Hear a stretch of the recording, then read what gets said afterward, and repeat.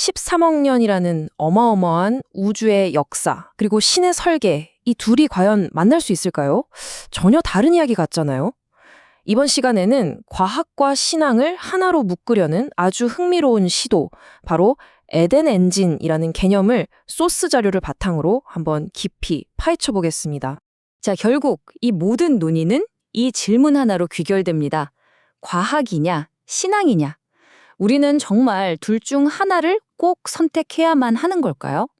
과학적 사실과 영적인 믿음, 이 둘은 정말 영원히 평행선만 달려야 하는 걸까요?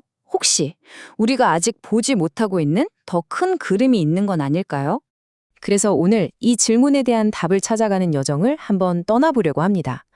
먼저 과학과 신앙이 어떻게 만날 수 있는지 보고요. 그 다음엔 우주가 어떻게 시작됐는지, 그리고 생명이란 게 얼마나 기적 같은 우연인지 알아볼 겁니다. 마지막으로 이 모든 걸 아우르는 에덴 엔진이라는 모델까지 차근차근 따라오시면 됩니다. 네, 그럼 첫 번째 이야기부터 시작해 볼까요? 과연 이 자료에서는 과학과 신앙의 관계를 어떻게 보고 있을까요? 보통 과학과 신앙의 관계를 말할 때 크게 네 가지 모델을 이야기해요. 첫째는 서로 못 잡아먹어서 안달인 충돌 모델. 둘째는 넌 너고 난 나야 하면서 아예 담쌓고 지내는 독립 모델. 셋째는 어색하게 하나로 억지로 합치려다 둘 다 이상해지는 통합 모델이 있죠. 그런데 말이죠. 이 자료가 제시하는 건 바로 네 번째, 대화 모델입니다. 쓰는 언어는 다르지만 결국 같은 진실을 향해 가고 있다는 거예요. 서로에게 귀를 기울일 수 있다는 거죠. 자, 그럼 이제 시간을 아주 멀리 저 태초로 한번 거슬러 올라가 보죠. 모든 것이 시작된 바로 그 순간. 과학과 신학은 그 순간을 각각 어떻게 바라보고 있을까요? 138억 년 전 우주의 모든 것이 이 작은 점, 특이점 안에 담겨 있었죠. 그런데 이 자료는 이걸 그냥 뻥 하고 터진 폭발로만 보지 않아요. 그게 핵심입니다. 오히려 하나의 씨앗으로 보는 거죠. 앞으로 펼쳐질 우주의 모든 정보, 그러니까 로고스라고도 하죠. 그리고 시간이라는 개념 자체, 심지어 우리 인간의 탄생이라는 궁극적인 목적까지, 이 모든 게 이미 그 씨앗 안에 프로그래밍 되어 있었다는 해석입니다. 그러면 이런 질문이 생기죠.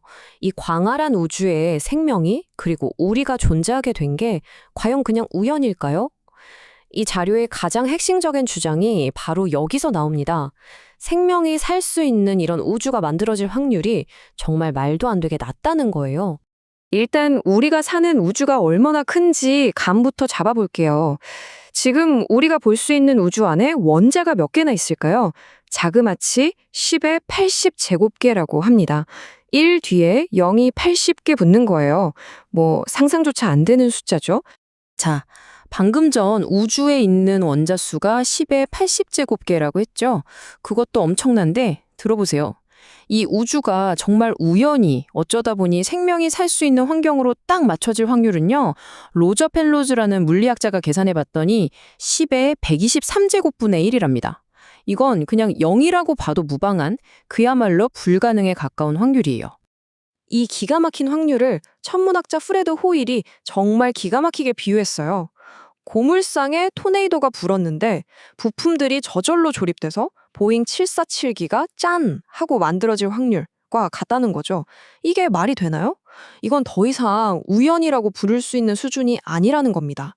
마치 누군가가 생명이 태어나도록 모든 걸 아주 정밀하게 조율해 놓은 것 같다는 거죠. 바로 이 그림이 그 정밀한 조율이 뭔지 딱 보여줍니다. 보세요. 우주를 만드는 4개의 중요한 다이얼이 있다고 상상해 보세요. 중력, 우주상수 같은 것들이죠. 근데 이 다이얼들이 생명이 존재할 수 있는 아주 좁은 안정구역 안에 정말 칼날 위에 서 있는 것처럼 아슬아슬하게 맞춰져 있다는 거예요. 이 중에 다이얼 하나라도 눈곱만큼만 틀어졌다면 별도, 원자도, 당연히 우리도 없었습니다. 그냥 텅 빈 우주가 됐을 거라는 거죠. 자, 이제부터 이야기가 진짜 흥미로워집니다. 이 자료가 아주 대담한 시도를 하거든요. 뭐냐면 최첨단 현대 물리학의 발견들을 영적인 세계를 설명하는 은유, 즉 비유로 가져와서 사용한다는 겁니다. 예를 들어 볼게요. 과학은 말하죠. 우리 몸을 이루는 탄소, 산소 같은 원소들, 이거 전부 다 저 먼 옛날에 별이 죽으면서 폭발할 때 만들어진 거라고요. 그런데 정말 놀랍게도 아주 오래된 신학에서도 비슷한 말을 합니다. 우리 인간은 별의 먼지로 만들어졌다고요. 심지어 최초의 인간, 아담이라는 이름의 어원이 흙을 뜻하는 아다마에서 왔다는 것도 정말 소름 돋는 평행이론 아닌가요? 이야기는 더 깊이 양자역학의 세계로 들어갑니다. 좀 어렵게 들릴 수 있지만 간단해요. 양자 세계에서는 누군가 쳐다보는 행위, 즉 관찰이 결과에 영향을 미칩니다. 이걸 관찰자 효과라고 해요. 이 자료는 이걸 보고 혹시 우리 의식이 현실에 영향을 미치는 거 아닐까? 하는 질문을 던지는 거죠. 또 두 입자가 아무리 멀리 떨어져 있어도 서로 연결돼서 한쪽이 변하면 다른 쪽도 즉시 변하는 양자 얽힘 현상도 있어요. 이걸 보면 마치 시공간을 초월해서 모든 것을 연결하는 성령의 네트워크를 떠올리게 한다는 겁니다. 정말 흥미로운 비유죠? 자, 지금까지 우리가 살펴본 이 모든 조각들, 우주의 시작, 불가능에 가까운 확률, 과학과 신학의 놀라운 연결고리들, 이 모든 걸 하나로 엮는 최종 그림, 이 자료가 제시하는 바로 그 모델, 에덴 엔진이 대체 무엇인지 드디어 공개할 시간입니다. 이 에덴 엔진을 이해하려면 먼저 신을 바라보는 세 가지 관점을 간단히 짚고 넘어가야 해요. 첫째, 신이 우주라는 시계를 만들고 태연만 감아준 뒤 떠나버렸다는 이신론. 둘째, 이 우주 자체가 그냥 신이라는 범신론. 그리고 이 자료가 선택한 세 번째가 바로 범죄신론인데요. 이건 뭐냐면 우주가 신 안에 있긴 한데 신이 우주보다 훨씬 더 커서 우주를 초월해 있기도 하다는 개념이에요. 그러니까 신과 우주가 계속해서 서로 영향을 주고받을 수 있다는 아주 역동적인 모델인 거죠. 그리고 바로 이것이 그 에덴 엔진의 전체 설계도입니다. 딱 보면 무슨 거대한 게임 엔진 같지 않나요? 한번 볼까요? 맨 아래 파운데이션은 빅뱅과 물리법칙 같은 게임의 기본 룰을 설정한 거고요. 머티리얼, 즉 재료는 별들이 죽으면서 생명의 재료를 만들어낸 걸 의미해요. 그 위에 깔리는 OS와 네트워크는 양자 역학을 통해 우리에게 자유의지와 서로 연결될 수 있는 가능성을 주고요. 게임 메카닉은 우리가 영적으로 성장할 수 있도록 돕는 시스템, 데이터 세이브는 우리의 영혼을 보존하는 기능, 그리고 이 모든 엔진을 사랑으로 운영하는 총괄 관리자, 어드민이 바로 신이라는 겁니다. 정말 대담한 설계도죠. 자, 그런데요, 이렇게 거대하고 장엄한 우주 이야기가 결국엔 아주 개인적인 이야기로 연결됩니다. 바로 이 이야기를 듣고 있는 여러분, 바로 당신의 이야기로 말이죠.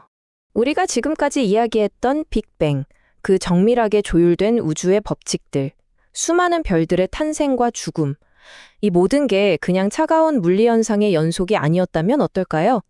이 자료는 바로 그렇게 말합니다. 이 모든 것이 의식을 가진 존재, 즉 관찰자가 등장하기를 기다리며 138억 년 동안이나 준비된 거대한 무대였다고요.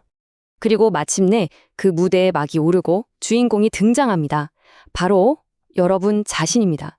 이 13~10억 년의 우주적 드라마는 바로 당신이 나라는 작은 자아, 즉 에고의 껍줄을 깨고 나와서 더 큰 사랑, 더 높은 신성과 연결되는 그 결정적인 한순간을 위해 존재했다는 것.